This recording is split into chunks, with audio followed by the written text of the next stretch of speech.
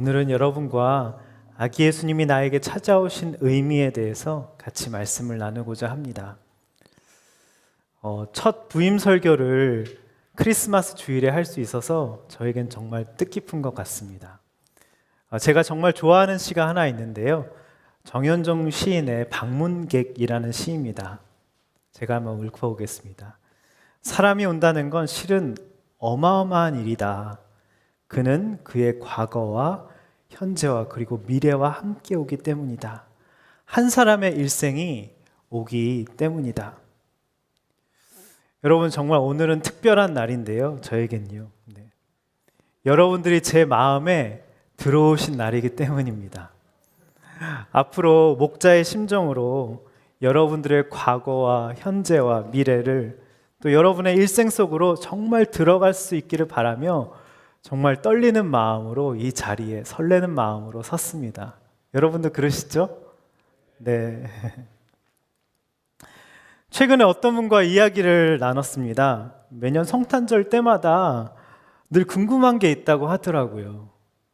오랫동안 교회에 다녔어도 아기 예수님이 왜 말구유에 오셨는지, 그것이 도대체 나랑 무슨 상관이 있는지 잘 모르겠다고 하더라고요. 예수님은 영웅적인 모습으로 오시지 않았다는 게 머리로는 알겠는데 아기 예수님으로 말구유에 초라하게 오신 것이 자신의 삶엔 전혀 적용이 되지 않는다고 하시더라고요. 여러분은 어떠신가요? 성탄절, 아기 예수님이 말구유에 찾아오신 것이 여러분의 삶에는 어떤 의미가 있으신가요? 오늘 주신 본문을 묵상하면서 함께 그 의미를 찾아가 보기를 원합니다. 첫 번째로, 아기 예수님은 가장 힘든 곳에 찾아오십니다. 아기 예수님은 가장 힘든 곳에 찾아오십니다. 1절, 2절을 같이 읽어보도록 하겠습니다. 시작.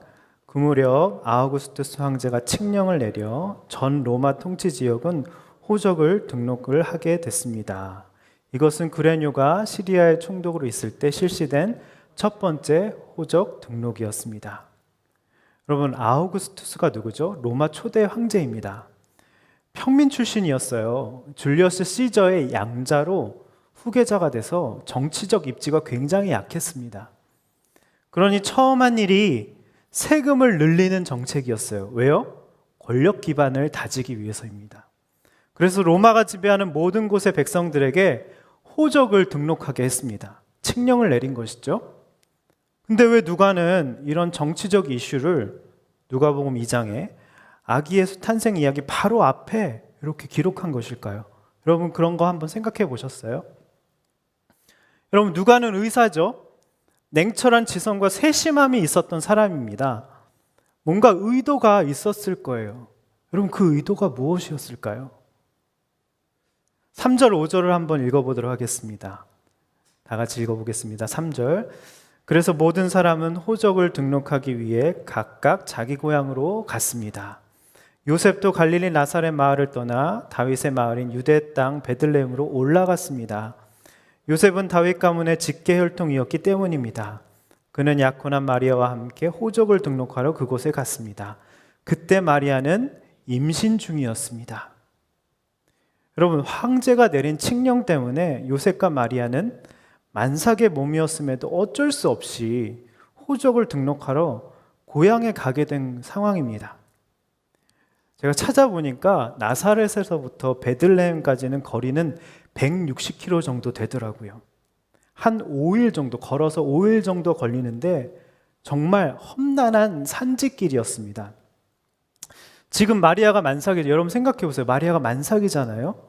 너무나도 고통스러웠을 것 같아요. 제가 얼마 전 기사를 봤는데 코로나 확진 판정을 받은 산모가 진통이 시작됐는데 확진자 병상이 부족한 거죠. 10시간 동안 거리를 헤매다가 정말 어렵게 여러 군데를 돌아다니다가 정말 어렵게 해산을 했다고 합니다. 참 마음이 아프더라고요. 요셉과 마리아 입장에서 한번 생각해 보죠. 10달 전에 천사가 나타나서 예수를 낳을 것이라는 엄청난 약속을 받았잖아요, 여러분. 그러면 하나님이 최고급 조리원과 산후조리사를 준비해 주셔야 하는 건 아닌가요? 그렇죠? 근데 갑자기 황제가 칙령을 내려 만삭의 몸으로 어쩔 수 없이 고향의 산지길 160km를 걸어서 이동해야 했습니다. 산모와 아기가 위험할 수 있는 상황이었죠. 근데 왜 하나님은 이런 상황을 마리아와 요셉에게 허락하신 걸까요? 여러분 그런 생각 안 해보셨나요? 사실 겉으로 나타난 이유는 황제의 권력욕 때문이었습니다. 호적을 등록하라는 정책 때문이죠. 여러분 그렇습니다. 우리에게도 힘든 상황이 찾아오는 이유는 겉으론 코로나 때문일 수 있고요. 정책 때문일 이 나라의 정책 때문일 수 있습니다. 누구 때문일 수 있고 나를 둘러싸고 있는 환경 때문일 수 있죠. 근데요, 이건 겉으로 보이는 이유더라고요. 하나님이 힘든 상황을 허락하신 본질적인 이유가 있더라고요. 이걸 우리는 뭐라고 부르죠? 하나님의 섭리, 하나님의 섭리라고 부릅니다. 여러분, 요셉과 마리아를 향한 하나님의 섭리는 무엇이었을까요? 3절, 5절을 보니까 누가가 의도적으로 부각시키는 단어들이 있더라고요. 묵상에 큐티를 해보니까 3절, 5절을 한번 띄워주시겠어요? 3절을 보니까 각각 자기 고향으로, 그죠? 4절을 보니까요, 4절 한번 띄워주시고요. 다윗의 마을인 유대 땅 베들레헴. 5절을 보니까요, 그곳, 네, 모두 다 장소가 부각되고 있습니다.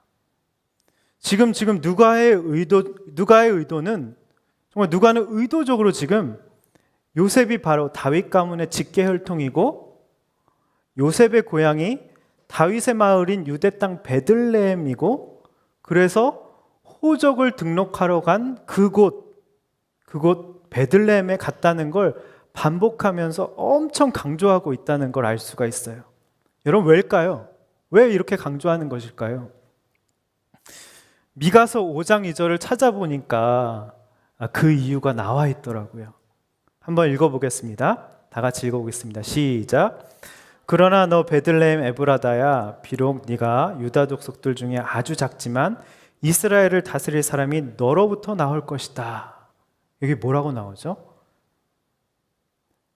너 베들레헴 에브라다야, 비록 네가 유다 족속들 중에 아주 작지만 이스라엘 다스릴 사람이 너로부터, 베들레헴으로부터 나올 것이다.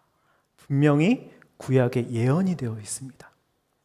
베들레헴이 메시아가 탄생할 곳으로 구약에 정확하게 예언되었기 때문에 마리아와 요셉은 베들레헴에 갔던 것이죠. 그래서 누가는 요셉과 마리아가 만삭의 몸으로 베들레헴에 가게 된 것이라고 하나님의 섭리를 이 말씀에서 밝히고 있는 것입니다. 여러분, 힘든 상황이 찾아올 때 그 힘든 상황 속에는 분명 하나님의 뜻이 숨겨져 있습니다. 여러분 겉으로는 아우구스투스의 정치적 야심과 권력에 대한 집착 때문에 요셉과 마리아가 베들레헴으로 가야 한 것처럼 보이지만 겉으로는요, 그죠? 그 너머에는 하나님의 뜻이 분명히 숨겨져 있었습니다. 메시아를 베들레헴에게 태어나게 하시려는 하나님의 섭리가 있었던 것이죠. 여러분 우리의 삶을 한번 생각해 볼까요? 하나님의 뜻을 이루시기 위해 하나님은 때로는 우리를 힘든 사람과 상황으로 몰아가십니다. 정말 그런 것 같아요. 제가 논산훈련소에 입대를 했었는데요. 벌써 오래전 이야기입니다. 제가 2003년도에 입대를 했었거든요. 군대에서 가장 힘들다는 81mm 박격포로 주특기를 받은 거예요. 알죠? 여기 들고 다니는 거. 제일 무거운 거예요. 보병이 들고 다니는.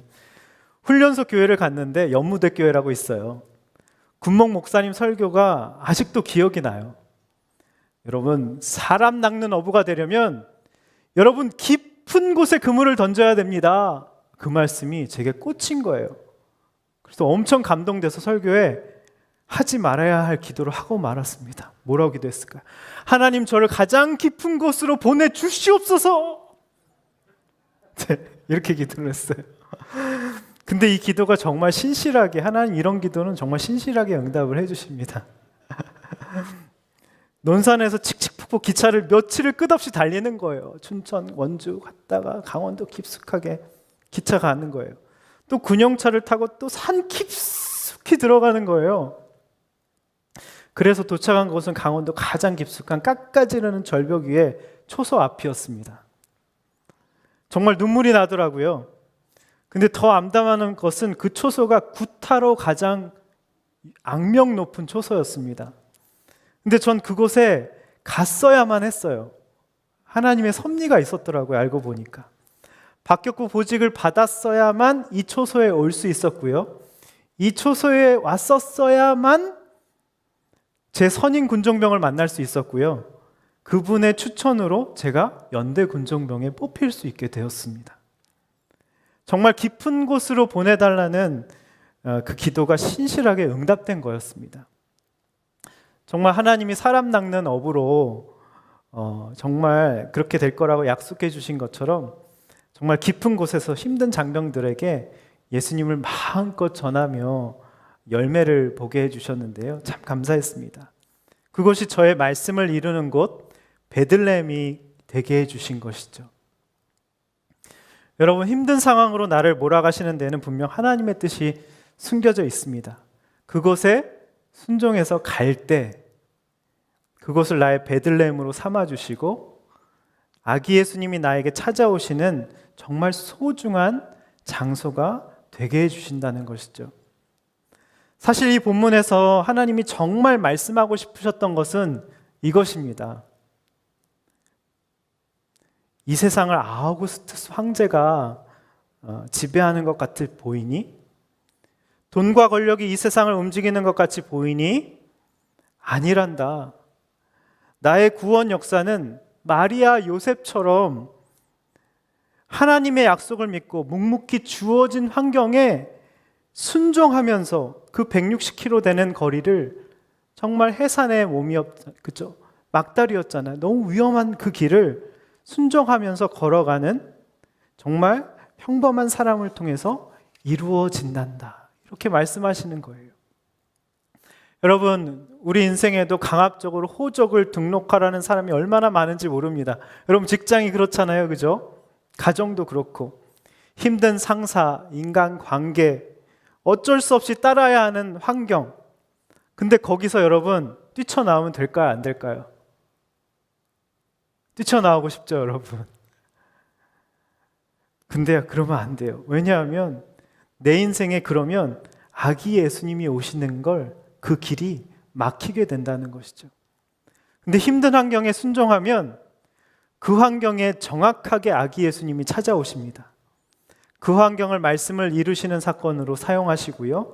그것을 바로 베들레헴으로 삼아 주십니다. 할렐루야. 아멘. 아기 예수님이 나에게 오신 의미 두 번째는 아기 예수님은 가장 약한 모습으로 찾아오신다는 것입니다. 아기 예수님은 가장 약한 모습으로 찾아오신다는 것입니다. 여러분, 왜 예수님은 영웅적인 모습을 한 번에 짠 나타나지 않으시고 정말 무력하기 짝이 없는 아기로, 갓난 아기로 이 땅에 오신 걸까요? 여러분, 그런 생각 해본 적 없으세요? 저는 이 말씀을 묵상할 때마다 왜 아기 예수님으로, 갓난 아기로 그런 무력한 모습으로 오셨을까?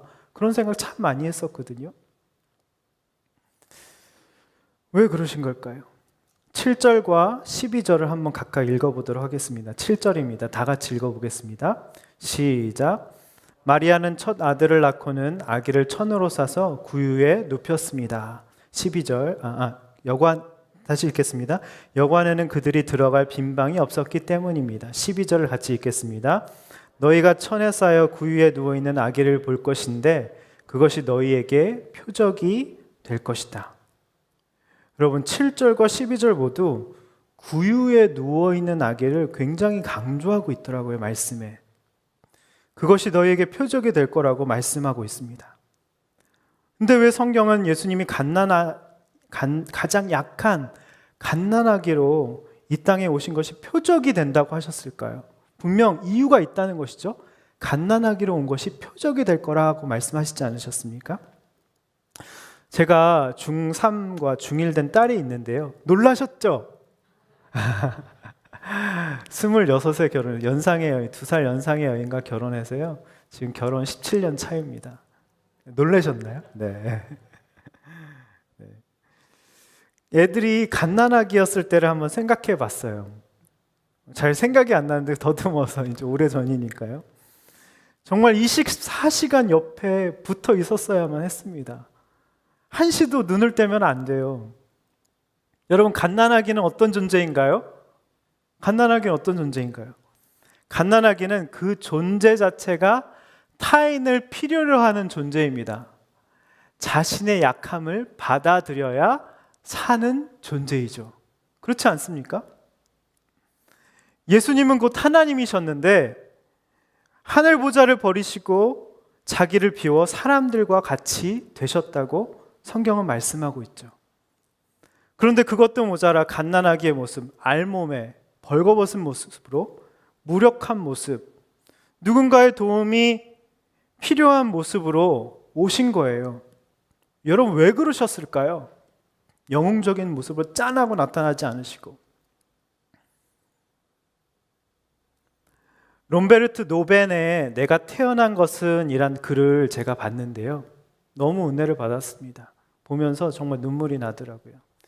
그는 아기 예수로 오신 뜻을 이렇게 노래했더라고요. 이렇습니다. 내가 벌거벗고 태어난 것은 네가 자신을 포기해야 함을 알려주기 위함이며, 내가 가난하게 태어난 것은 네가 나를 유일한 부로 여길 수 있게 하기 위함이며, 내가 구유에 태어난 것은 네가 모든 환경이 거룩하다는 것을 배우게 하기 위해서이다. 내가 약하게 태어난 것은 네가 나를 결코 두려워하지 않게 하기 위해서이고, 내가 사랑으로 태어난 것은 네가 나의 사랑을 의심하지 않게 하기 위해서이고, 내가 밤에 태어난 것은 네가 어떤 상황에서도 빛을 비추는 나를 믿게 하기 위해서이다. 내가 박해중에 태어난 것은 네가 어려움을 잘 받아들이게 하기 위해서이고, 내가 단순하게 태어난 것은 네가 복잡한 것을 버리게 하기 위해서이다.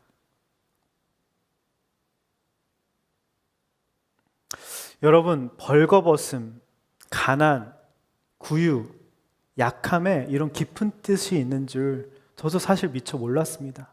이번에 말씀을 준비하고 묵상하면서 제가 얼마나 큰 은혜를 받았는지 모릅니다. 많이 회개도 많이 했습니다. 여러분, 예수님이 약하게 태어난 것은 뭐라고 했죠? 예수님이 약하게 태어난 것은 네가 나를 결코 두려워하지 않게 하기 위해서라고 했습니다. 여러분, 생각해 보세요. 잘나고 똑똑하고 능력 있고 외모가 출중하고 강한 사람 앞에 가면 여러분 어떠세요? 부럽죠. 우선 위축됩니다. 긴장이 되죠. 뭔가 경계하죠. 두렵습니다. 그런데 여러분, 연약한 사람 옆에 있으면 어떤가요? 편하죠. 적대감이나 긴장감이 싹 사라집니다. 저절로 무장해제가 되면서 편해지죠. 여러분, 그래서 갓난아기를 보면 그 어느 누구나 다 좋아하는 게 이 원리인 것 같아요. 그냥 좋은 거죠, 갓난아기는. 이것이 바로 약함에 담긴 신비입니다. 약함에 담긴 신비이죠. 제가 얼마 전 청년들과 만나서 나눔을 좀 진하게 한 시간이 있었는데요. 제가 먼저 겪은 아픔과 약함, 그런 것들을 정말 용기를 내서 제가 먼저 솔직히 나눴습니다. 근데 여러분, 어떤 일이 일어나는지 아세요? 정말 생각지도 못한 일이 일어났습니다. 겉으로는 정말 밝아 보이는 청년들이 정말 하나둘씩 속 이야기를 쏟아놓기 시작하는 겁니다. 갑자기 어머니가 암 말기로 돌아가셔서 정말 몇 년 동안 너무나도 힘든 시간, 방황기를 거쳤다고요. 또 불안으로 힘들어 상담을 받았었다고요. 부모님 빚을 대신 갚느라 가장 역할을 하느라 너무 힘들었었다고요. 정말 하나둘씩 마음을 열고 정말 깊은 나눔을 했었습니다. 여러분도 이렇게 약함에 담긴 신비를 경험하게 되시길 주님의 이름으로 축복합니다. 여러분도 한번 약함을, 아기 예수님이 이 땅에 오신 의미가 그거라고 했잖아요. 약함을 한번 나눠보시기 바랍니다. 그리고 다시 한번 7절과 12절을 보도록 하겠습니다. 7절과 12절 다시 한번 제가 읽어보겠습니다. 마리아는 첫 아들을 낳고는 아기를 천으로 싸서 구유에 눕혔습니다. 여구 안에는 그들이 들어갈 빈방이 없었기 때문입니다. 12절 너희가 천에 쌓여 구유에 누워있는 아기를 볼 것인데 그것이 너희에게 표적이 될 것이다. 여러분, 말씀을 보면 다시 강조되고 있는 말씀이 있는데요, 반복되는 단어가 나옵니다. 뭘까요? 구유입니다. 구유. 7절에도 구유에 눕혔습니다. 12절에도 구유에 누워있는 아기를 볼 것이라고 하시죠. 왜 누가는, 여러분 큐티할 때 중요한 게 반복되는 단어, 이런 거 굉장히 중요해요. 아까도 베들레헴이 반복됐다고 했잖아요. 여기도 구유, 그죠? 아기, 이게 반복되고 있습니다. 그럼 우리는 그 포인트를 잡아서 묵상을 해야 돼요. 왜 누가는 구유를 강조한 걸까요? 생각해 보셨어요? 왜 말구유? 왜 그걸 이렇게 강조한 걸까요? 여러분, 말구유는 한마디로 가축들의 밥통입니다. 밥통, 여물통. 제가 이제 시골에서 할머니가 소를 키우신 적이 있어서 너무 잘 아는데요, 소 밥통이 얼마나 더럽고 냄새 나는지 몰라요. 그 옆에 가면 냄새가 장난이 아닙니다. 아시는 분은 아실 거예요. 근데 여러분, 순결하신 아기 예수님이 더러운 말 밥통에 오신 거예요. 냄새 나는 말 밥통에 오신 겁니다. 왜일까요? 여러분, 말 구유는 아기 예수님이 죄인인 인간을 품는 장소입니다. 가장 냄새나는 곳, 가장 더러운 곳인데 그곳에 바로 아기 예수님이 오신 거죠. 여러분, 말구유가 어떤 의미가 있냐면 어떤 죄인도 품으시는 공간, 그래서 생명을 탄생시키는 공간으로 탈바꿈 시킨 것이죠. 그러니까 말구유가 나란 뜻이에요. 나는 더럽고 추악하고 늘 변하고 하나님을 배반하고 악취가 나잖아요. 우리의 내면을 살펴보면 그런 존재잖아요. 근데 그런 공간에 아기 예수님이 찾아오신 거예요. 그런즉 누구든지 그리스도 안에 있으면 새로운 피조물이라고 했잖아요. 예수님이 내 마음에 들어오시면 내 추악한 공간이 정말 거룩한 장소로 정말 바뀌게 된다는 것이죠. 여러분, 요즘에 공정이 참 화두인 것 같아요. 공정. 여러분 많이 들어보셨죠? 공정. 마이클 샌델이라는 책, 공정하다는 착각이라는 책도 있잖아요. 다 읽어보셨을 거예요. 모두가 똑같이 인간적인 대접과 대우를 받아야 한다는 거죠. 그래서 조금만 대우를 못 받고 대접을 못 받으면 이 세상이 정말 다 못 참습니다. 분노를 내죠. 근데 예수님은 나실 때부터 가장 불공정한, 불공평한 취급을 당하셨죠. 하나님이신데, 창조주이신데 말구유에 말밥통, 냄새나는 쓰레기통에 오셨잖아요. 그런데 아이러니하게 이런 취급을 받으신 예수님이 여러분 가장 공정하다는 사실입니다. 한 청년과 나눔을 같이 했었어요. 20대 후반 누려야 할 것들을 자신은 모두 포기해서 노라고 일을 하면서 돈을 많이 벌어 집도 샀는데 30대 때 부모님이 돈을 빌리신 것이 정말 잘못돼가지고 억대의 빚을 지게 됐다고 하는 거예요. 그런데 집에서 혼자서 믿는 거예요. 네. 언니도 있고 동생도 있는데 혼자 믿는 거예요. 그러니까 모른 척 할 수 없잖아요. 부모님 대신에 30대 때 다 벌은 돈을, 이제까지 벌은, 집도 샀는데 그 돈을 다 부모님 대신 돈을 다 갚아드린 거죠. 근데 설상가상으로 부모님이 뇌출혈로 또 쓰러지신 거예요. 병간호를 하느라 자기 꿈이 있었거든요. 꿈을 포기할 수밖에 없었다고. 그래서 올해까지도 정말 정신없었다고 하더라고요. 듣는데 정말 마음이 아팠습니다. 근데 또 한편으로는 정말 자매가 정말 대단하다는 생각을 했어요. 이런 상황이면 보통은 우리는 이러잖아요. 왜 이렇게 하나님 나를 불공정하게, 불공평하게 대하시냐고, 하나님 왜 나를 그렇게 취급하시냐고 하나님과 부모님을 우리가 원망하지 않습니까? 근데 이 자매가 고백하길 자신은 늘 이렇게 이타적으로, 믿는 사람이니까 이타적으로 사는 게 편하고 좋다고 하더라고요. 근데 그걸 꾸며서 하는 얘기가 아니, 잘 보이려고 하는 얘기가 아니더라고요. 정말 그 진심이 정말 느껴지더라고요. 그러면서 내년엔 드디어 이제 좀 자기를 위해서 살 수 있을 것 같다고 하면서 기도 제목을 나눠줬는데요, 저에게. 이제 결혼을 좀 하고 싶다는 나눔을 하더라고요. 제가 정말 온 힘을 다해서 정말 축복 기도를 해드렸습니다. 그 자매의 특징이 있는데요. 정말 약함을 얼마나 스스럼 없이 나누던지, 이 자매를 만나는 모든 사람마다 다 이 자매 칭찬은 너무 좋다고, 순장님 너무 좋다고. 이 자매를 만나는 모든 사람마다 다 무장해제가 되더라고요. 자기의 속 얘기를 다 털어놓는 거, 그 자매 앞에서는. 얼마나 많은 사람들이 이 자매를 통해서 위로를 받았는지 몰라요.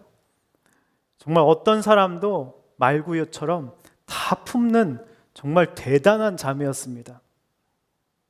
제가 정말 존경하게 됐어요. 여러분도 정말 이 자매처럼 약한 것을 자랑하시는 여러분이 되시기 바랍니다. 그게 바로 아기 예수님이 이 땅에 오신 의미예요. 어떤 사람도 품는 말구유같이 정말 그런 여러분이 되시기를 주님의 이름으로 축원드립니다. 바로 이것이 아기 예수님이 말구유에 오신 의미인 것이죠. 자, 이제 아기 예수님이 나에게 오신 세 번째,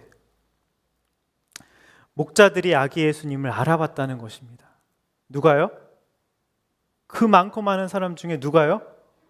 목자들이 예수님을 알아봤다는 것입니다. 8절 12절 한번 읽어보도록 하겠습니다. 같이 읽겠습니다. 시작. 한편 목자들은 바로 그 지역 들판에서 살며 밤에 양떼를 지키고 있었습니다. 주의 천사가 그들 앞에 나타나 주의 영광이 그들을 환하게 둘러비추니 그들은 너무나 두려워했습니다. 천사가 말했습니다. 두려워하지 마라. 보아라, 내가 모든 백성에게 큰 기쁨이 될 좋은 소식을 너희에게 알려준다. 오늘 구주이신 주 그리스도가 다윗의 동네에 태어나셨다. 너희가 천에 쌓여 구유에 놓여 있는 아기를 볼 것인데 그것이 너희에게 표적이 될 것이다. 저는 이 말씀을 보면서 또 궁금증이 들었어요. 저는 이렇게 질문이 많아요. 말씀을 보면서 꼭 궁금증이 생겨요. 근데 그걸 파고들고 그 나에게 주신 의미, 성령님이 우리에게 주신 의도, 그걸 파악하는 거를 저는 큐티라고 생각을 하거든요. 너무 재밌어요, 말씀 보는 게. 여러분도 재밌으시죠? 말씀 보는 거. 이게 무슨 의미죠? 여러분, 근데 그 많고 많은 사람 중에 왜 오직 목자들만 아기 예수를 알아볼 수 있었을까요? 이 땅에도 지금도 동일해요. 아기 예수님이 말구에 오셨어요. 성탄 예배를 드리고 많은 사람이 크리스마스를 즐기는데 정작 그 아기 예수님, 말구에 오신 이 아기 예수님을 그 의미가 무엇인지, 나에게 어떤 의미가 있고 그것이 나와 무슨 상관이 있는지 정말로 깊이 묵상하고 생각하는 사람은 별로 없다는 것이죠. 많고 많은 사람 중에 그때도 오직 목자들만 알아봤다는 것입니다. 왜 그랬을까요? 왜 그랬을까요? 8절을 보면요, 그 이유를 이렇게 조금이나마 알 수 있을 것 같아요. 알 수 있습니다. 목자들을 이렇게 묘사하고 있더라고요. 이렇게 묘사했습니다. 바로 그 지역 들판에서 살며 밤에 양떼를 지키고 있었다고요. 뭐라고요? 바로 그 지역 들판에 살며 밤에 양떼를 지키고 있었다고요. 뭔가 느껴지시죠? 네. 들판, 밤, 양떼를 지키고 있었다. 여러분, 왜 목자들이 아기 예수를 알아볼 수 있었는지 뭔가 추측해 볼 수가 있습니다. 모두가 잠든 그 시간, 허허벌판에서 양떼를 지키기 위해 뜬 눈으로 밤을 지새우고 있었던 그들이었어요. 그죠? 밤을 지새우고 있었습니다. 양들을 지키기 위해서. 이 당시 목자들을 이해하기 위해선 그 당시 유다 광야를 이해할 필요가 있어요. 유다 광야. 지금 광야에서 목자들이 양을 지키고 있는 겁니다. 밤을 지새우면서. 우린 목자를 보통 초록빛 풀밭에 양떼가 한가로이 풀을 뜯고 있고 맑은 물이 흐르는 냇가나무 아래 하프를 목자가 딩딩딩 타는 모습을 떠올리곤 해요. 그런 또 그림도 많이 나와 있잖아요. 근데 여기서 목자들은 전혀 그런 존재가 아닙니다. 전혀 그런 존재가 아니에요. 유다 광야는 그야말로 광야입니다. 광야. 목자는 양떼를 이끌고 신선한 풀을 찾아 정말 몇십 킬로씩 하루에도 움직여야 해요. 광야에는 이리와 늑대가 양을 호시탐탐 노리고 있죠. 이거 다윗 얘기 다 아시잖아요. 목자가 잠들면 그 당시 도둑이 얼마나 많았는지 몰라요. 도둑이 양을 훔쳐갑니다. 약탈자들이. 그래서 목자는 밤에도 깨어서 가축을 뜬 눈으로 지켜야 했습니다. 여러분, 목자는 전혀 고상한 사람이 아니에요. 고상하지 않습니다. 디모데 레니에기라는 유명한 구역학자가 있는데요. 성경 속에 흐르는 목자와 목양의 의미가 궁금해서 시편 23편에도 선한 목자의 개념이 나오잖아요. 그죠? 그 의미가 너무 궁금해서 1년간 이스라엘 직접 찾아가가지고 도서관에서 연구도 하고 실제로 이스라엘과 요르단 지역의 베두인 부족을 따라다니면서 합숙을 한 거예요. 동고동락을 하면서 양떼를 기르는 광야에서 직접 그들과 함께 호흡하면서 인터뷰를 하고 책을 냈습니다. 여러분, 이 책 꼭 사서 보세요. 목회자라면 꼭 읽어봐야 됩니다. 아니면 순장이라면 정말 꼭 읽어보셨으면 좋겠습니다. 네, 정말 책을 냈어요. 책 이름이 양을 돌보는 참 목자예요. 네, 쓰시는 분 아무도 없네요. 아무도 안 보시려나 봐요. 책 좀 보세요. 네. 예, 양을 돌보는 참 목자, 양을 돌보는 참 목자입니다. 제가 이 책을 보면서 은혜를 받은 부분을 여러분과 같이 나누고 싶습니다. 이렇습니다. 목자는 양들에게 먹을 물을 준비하면서 물을 준비해야 되잖아요. 광야인데 물이 어디 있겠어요. 근데 그 물을 찾으러 정말 돌아다니면서 샅샅이 뒤지면서 정말 자신은 뙤양볕 아래 탈수 상태에 이르러서 죽을 수도 있다고 그래요. 실제로 그들의 삶을 보니까 진짜 그렇더래요. 또 목자는 하루 3, 4회 올바른 종류의 그 풀을, 꼴을 먹이기 위해서 이동한대요. 정말 그들이 막 몇 킬로씩, 어떤 경우에는 막 몇백 킬로씩 이동한대요. 그래서 균형 잡힌 영양을 제공해야 양들이 우유와 섬유질이 좋아지고 출산도 건강해진다고 합니다. 또 목자는 매일매일 자신의 양을 막대기로, 항상 막대기를 들고 다니잖아요. 그죠? 막대기로 이렇게 통과하도록 하면서 그 과정에서 이렇게 터치를 한대, 신체적인 접촉을 하면서 병의 징후, 상처, 체중의 감량 등을 직접 한 마리 한 마리 점검을 한대요. 여러분, 또 목자는 단 한 마리만 잃어도 실제로 그들은 잠을 못 잔대요.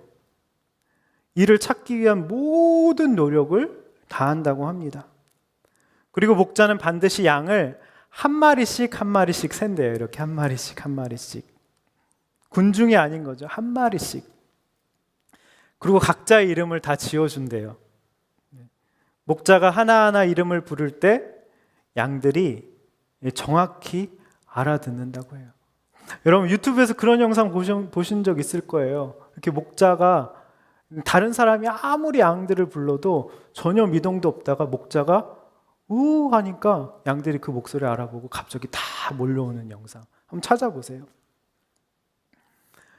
여러분, 모세와 다윗 모두 어떤 출신이었는지 다 아시죠? 어떤 출신이었죠? 모세, 다윗. 목자였죠, 목자. 네. 사실 목자는 하층민이었어요, 하층민. 그 당시 베들레헴도 나사렛이 어떤 정말 이렇게 새롭게 생긴 신도시라면 베들레헴은 저기 떨어져서 가축들을 많이 치고 조금 하층민들, 목축업이 또 유행한 지역이었어요. 그러니까 목자는 사실 하층민에 속하는데요. 다윗도 그렇죠. 모세도 쫓겨가가지고 장인 이드로 집에서 하층민으로 정말 목축업을 한 거잖아요. 목자를 한 거죠. 여러분, 그럴지라도 모세, 다윗 모두 그 일에 정말 충실했는데요. 목양에, 양을 치는데 양들의 습성을 온몸으로 체험하면서 민족의 지도자로서 자질을 그때 다 배운 거예요. 그때 다 배운 것이죠. 그리고 오늘 본문의 목자들도 그렇습니다. 여러분, 그래요. 하나님은 목양, 그죠? 양들이 비운 거죠, 그죠? 우리에게도 양들을 허락해 주셨잖아요. 우리도 목양을 해야 되잖아요. 하나님은 목양에 충실하던 그들에게 아기 예수님을 알아볼 수 있는 축복을 허락하신 것입니다. 12절 다시 한번 읽어보겠습니다. 12절 다시 한번 읽어볼게요. 시작. 너희가 천에 쌓여 구유에 누워있는 아기를 볼 것인데 그것이 너희에게 표적이 될 것이다. 저는 이 단어가 또 들어왔어요, 눈에. 하나님은 목자들에게 너희들이 그 아기를 볼 것이라고 하시죠. 그 아기를 볼 것이다. 여기에는 엄청난 영적 의미가 담겨 있는데요. 그게 뭘까요? 목자들이 그 아기를 볼 것이다. 그 의미가 뭘까요? 영적 의미. 여러분, 누군가의 삶을 돌보고 보살피는 사람이, 다시 할게요. 누군가의 삶을 돌보고 양을 돌보듯이 진짜 그렇게 돌보고 보살피는 사람이 이 세상에서 가장 큰 축복을 받는다는 사실이에요. 여기서 받은 축복이 목자들이 받은 축복이 여러분 무엇이었을까요? 그게 뭘까요? 어떤 축복을 받았나요? 여러분, 돈 많이 벌고 성공하는 축복을 받았나요? 아니죠. 어떤 축복을 받았어요? 이 땅에 오신 아무도 못 알아봤는 수많은 사람들이 있었지만 아무도 못, 그 당시 예루살렘에는 대제사장과 서기관과 율법사들이 그렇게 많이 있었잖아요. 헤롯한테 알려주긴 했잖아요. 미가서 5장 2절을 알려주면서 아마 베들레헴에 올 것입니다 라고 알려주긴 했지만 정작 찾아온 사람은 아무도 없습니다. 정말 그들을 찾아온 사람들은 목자들이었습니다. 바로 아기 예수님을 알아볼 수 있는 축복을 바로 그 목자들에게 허락하신 것이죠. 여러분, 특별히 아프고 힘든 가족을, 그런 지체를 섬긴 분들이 하나같이 고백하시는 공통적인 점들이 하나 있더라고요. 그게 뭘까요? 궁금하시지 않으세요? 정말 공통적인 특징이 있더라고요. 바로 섬기면서, 그 아프고 힘든 가족과 지체들을 섬기면서 정말 자신이 더 많은 축복을 받게 되었다고 고백하시더라고요. 오히려 그들을 섬길 수 있어서 내겐 너무 축복이었다라고 말씀들을 하시더라고요. 또 그분들의 모습 속에서 예수님을 볼 수 있었다는 고백을 하시더라고요. 너무 신기하지 않아요? 왜 그분들의 모습 속에서 예수님을 봐? 예수님이 보여? 그럼 신기하지 않으세요? 왜 이런 고백을 하셨을까요? 왜냐하면 예수님이 이렇게 말씀하셨거든요. 복음서에 지극히 작은 자에게 한 것이 바로 나에게 한 것이라고요. 뭐라고요? 지극히 작은 자에게 한 것이 바로 나에게 한 것이라고요. 그들과 자신을 동일시하셨기 때문이죠. 여러분, 2022년에는요. 누군가의 삶을 돌보고 보살피며 지극히 작은 자의 모습으로 오시는 예수님을 여러분 알아보시는 가장 큰 축복을 누리시는 여러분이 되시기를 주님의 이름으로 축원드립니다. 시간 말씀을 맺겠습니다. 여러분, 성탄절, 아기 예수님이 말구 위에 오신 것에는 저도 이번에 설교를 준비하고 정말 깊이 묵상을 하면서 이런 의미가 있었구나 하면서 정말 너무 많이 울었습니다. 아기 예수가 말구 위에 오신 것이 정말 나와 상관없는 이야기가 아니었더라고요. 아기 예수님은 가장 힘든 상황에 찾아오셨습니다. 아기 예수님은 가장 초라하고 약한 모습으로 찾아오셨습니다. 오늘도 그런 모습으로 우리의 마음 문을 두드리고 계세요. 여러분의 마음이 정말 다른 것들로 꽉 차 있지 않습니까? 여러분의 마음에 방을 두드리세요. 내가 들어갈 자리가 있니? 근데 아무도 그 빈 방이 없어서, 그 자리가 없어서 어쩔 수 없이 말구유에 가장 초라한 쓰레기통에 누이신 거예요.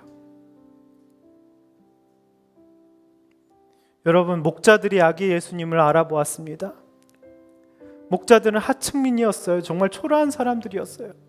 그렇지만 자기에게 맡겨주신 일을 충실히 했을 때, 맡겨주신 양을 밤에 들판에서, 광야에서 이리에게 뺏기지 않도록, 노략질 당하지 않도록 정말 밤에 뜬 눈으로 지새면서 그들을 위해서, 양을 위해서 헌신을 다하고 있는 자기 삶에 충실한 그 목자들에게 아기 예수님은 나타나시고 그들에게 보이셨습니다. 여러분, 오늘 이 시간 그 아기 예수님을 여러분의 마음속에 정말 다시 한번 받아들이고 그 의미를 되새기는 시간 되었으면 좋겠습니다. 이 시간 약할 때 강함 대신에 다 같이 고백하겠습니다.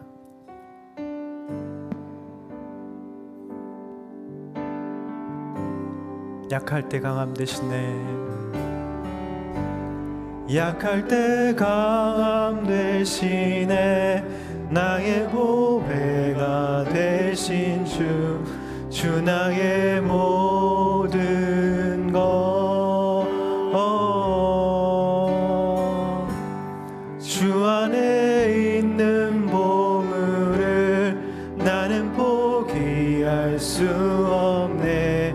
주 안에 모든 것. 다시 한번 고백하겠습니다. 약할 때 강함 대신에, 약할 때 강함 대신에 나의 보배가 되신 주 나의 모든 것,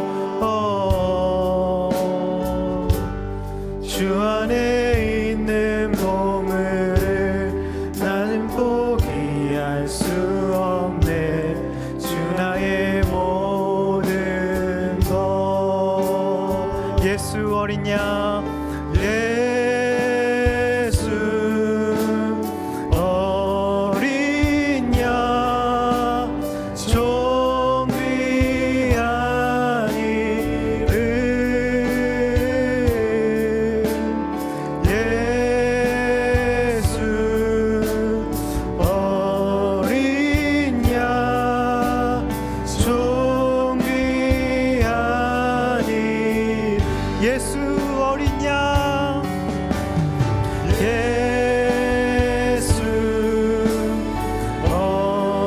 어린 양, 좀 귀한 이름, 예수 어린 양, 좀 귀한 이름, 예수 어린 양, 예수 어린 양, 좀 귀한 이름, 예수 어린 양, 좀 귀한 이름.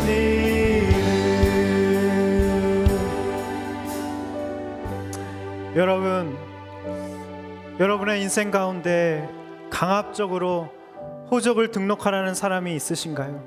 힘든 상사, 인간관계, 어쩔 수 없이 따라야 하는 환경 때문에 여러분 힘드신가요? 여러분, 주님은 거기서 뛰쳐나오면 안 된다고 오늘 말씀하십니다. 그러면 내 인생의 아기 예수님이 오시는 길이 막히게 된다고 하십니다. 여러분, 그 힘든 환경에 순종하면 그 환경에 정확하게 아기 예수님이 찾아오신다고 하십니다. 그 환경을 말씀을 이루시는 사건으로 우리 주님은 사용하십니다. 그것을 바로 나의 베들레헴이 되게 해주십니다.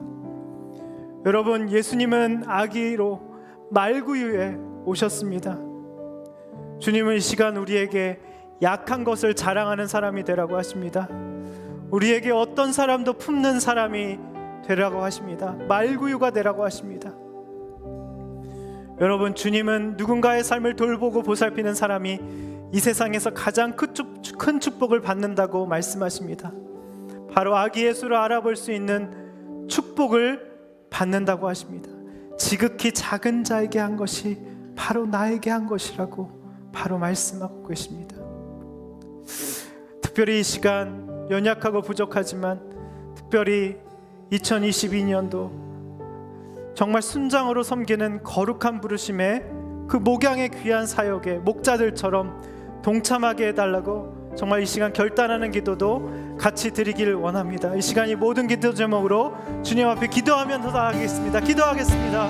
하나님 아버지, 우리의 인생 가운데 강압적으로 호적을 등록하는 사람이 있습니까?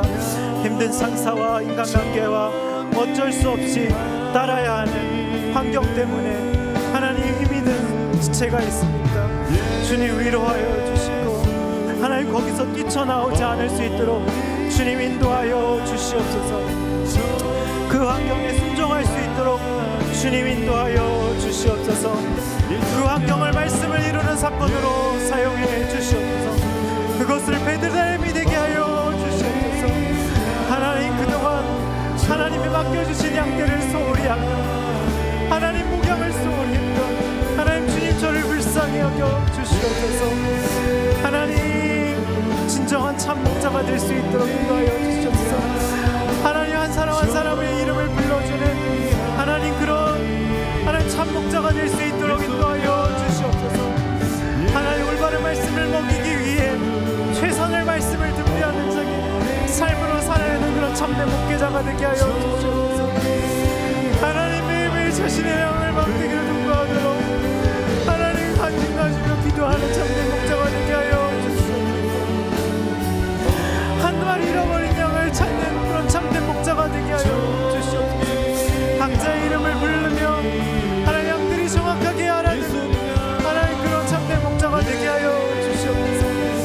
하나님, 다윗이 모세가 그렇게 목자를 하는 중에 민족의 지도자라고 이름을 받았듯이 하나님, 우리의 모든 지체들이 그렇게 목양을 하며 하나님, 많은 사람들의 약함을 부으며 모든 사람의 그런 것들을 넉넉히 품는 그런 아기 예수를 같이 하나님, 그런 삶이 될 수 있도록 주님 인도하여 주시옵소서. 주님 인도하여 주시옵소서. 하나님, 우리를 불쌍히 여겨 주시옵소서. 하나님, 우리를 불쌍히 여겨 주시옵소서. 하나님, 우리의 모든 힘든 상황 찾아오셔 주시옵소서. 하나님,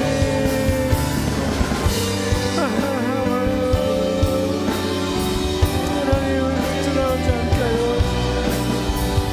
어려워하게 하여 주시옵소서. 하나님,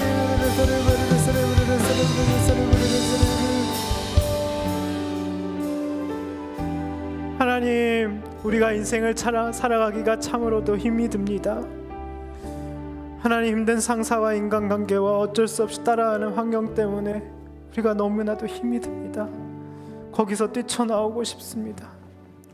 하지만 오늘 말씀에 마리아와 요셉처럼 그렇다면 정말 아기 예수님이 오시는 길이 막히게 된다고 하시니 하나님, 마리아와 요셉처럼 그 힘든 환경에 순종하며 그 환경에 정확하게 아기 예수님이 찾아오신다는 것을 우리가 삶으로 경험할 수 있도록 인도해 주시옵소서.